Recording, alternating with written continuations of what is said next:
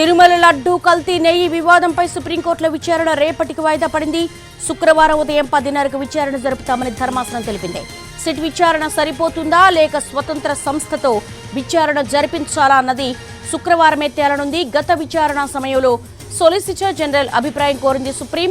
ఈ రోజు మధ్యాహ్నం విచారణ జరగాల్సి ఉంది. అయితే సొలిసిటర్ జనరల్ తుషార్ మెహతా తన అభిప్రాయం చెప్పడానికి సమయం కోరారు. దీంతో విచారణను శుక్రవారం ఉదయం జరుపుతామని కోర్టు తెలిపింది.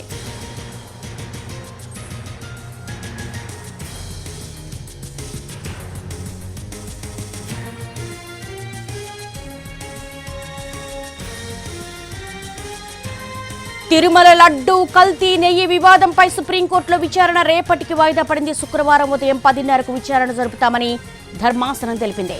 సిట్ విచారణ సరిపోతుందా లేక స్వతంత్ర సంస్థతో విచారణ జరిపించాలా అన్నది శుక్రవారమే తేలనుంది. గత విచారణ సమయంలో సోలిసిటర్ జనరల్ అభిప్రాయం కోరింది సుప్రీం. ఈ రోజు మధ్యాహ్నం విచారణ జరగాల్సి ఉంది. అయితే సోలిసిటర్ జనరల్ తుషార్ మెహతా తన అభిప్రాయం చెప్పడానికి సమయం కోరారు. దీంతో విచారణను శుక్రవారం ఉదయం జరుపుతామని కోర్టు తెలిపింది.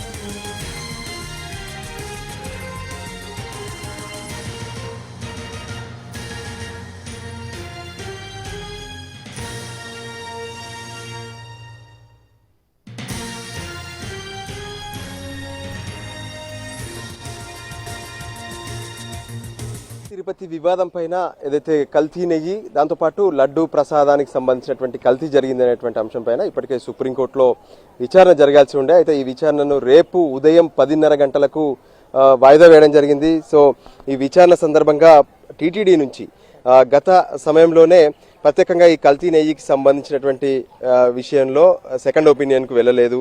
దాంతోపాటు ముందే ఎందుకు విరుద్ధమైనటువంటి ప్రకటనలు ఈవో కావచ్చు ముఖ్యమంత్రి కావచ్చు విరుద్ధమైనటువంటి ప్రకటనలు చేశారని అన్నారు. సో మనతో మాట్లాడేందుకు అడ్వకేట్ ఏదైతే హైకోర్టు అడ్వకేట్ చంద్రశేఖర్ ఉన్నారు. సో చంద్రశేఖర్ అడిగి తెలుసుకుందాం. చెప్పండి, అంటే రెస్పాండెంట్ కౌన్సిల్ తరఫున కూడా అడగడం జరిగిందండి.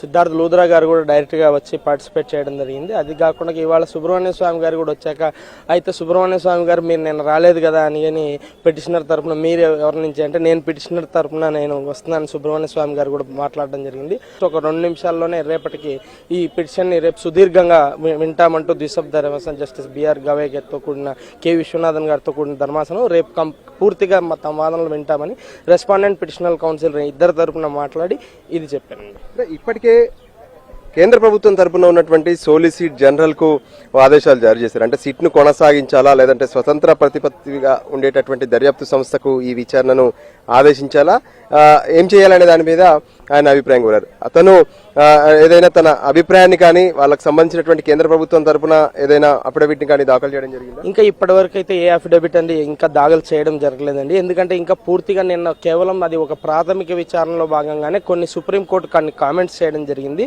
మీరు ఒక ఉన్నతమైన when you are at high constitutional when you are holding such high constitutional positions why you could go to the press when you have a mind when you have already decided to make a sit అనేసి నిన్న అలాంటి వాక్యాలు కానీ at least god should be kept away from the politics అని justice K Viswanathan garu అభిప్రాయపడడం అది కొంతవరకు సుదీర్ఘంగా లైక్ ఒక చర్చనైతే తీవ్రమైన చర్చ మనం ముఖ్యంగా తెలుగు ప్రజల్లో తీసుకొచ్చిందండి. కానీ దీన్ని మనం ఓన్లీ ఒక ప్రాథమికంగానే చూడాలి.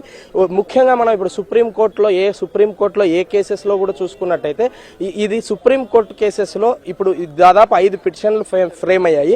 విశ్వ హిందూ పరిషత్ అయితే ఏముంది, హిందూ సేన వేసిన పిటిషన్ అయితే ఏముంది, వైవి సుబ్బారెడ్డి గారు వేసిన పిటిషన్ అయితేనేముంది, సుబ్రహ్మణ్య స్వామి పిటిషన్ అయితేనేముంది, ఇంకా 2 పిటిషన్లు కూడా వచ్చాయండి. ఇన్ని పిటిషన్స్ వచ్చినప్పుడు జస్ట్ బెంచెస్ దగ్గర బంచ్ ఆఫ్ పేపర్స్ ఉంటాయి. When they don't have material, so how they can comment only at the first time they will look at the prayers.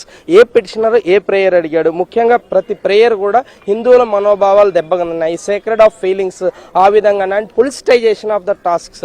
So ఈ ప్రేయర్స్ మీదే వచ్చాయి కాబట్టి సో ప్రాథమికంగా సుప్రీంకోర్టు కొన్ని comments చేయడం నిన్న కామెంట్స్ చేయడం జరిగింది.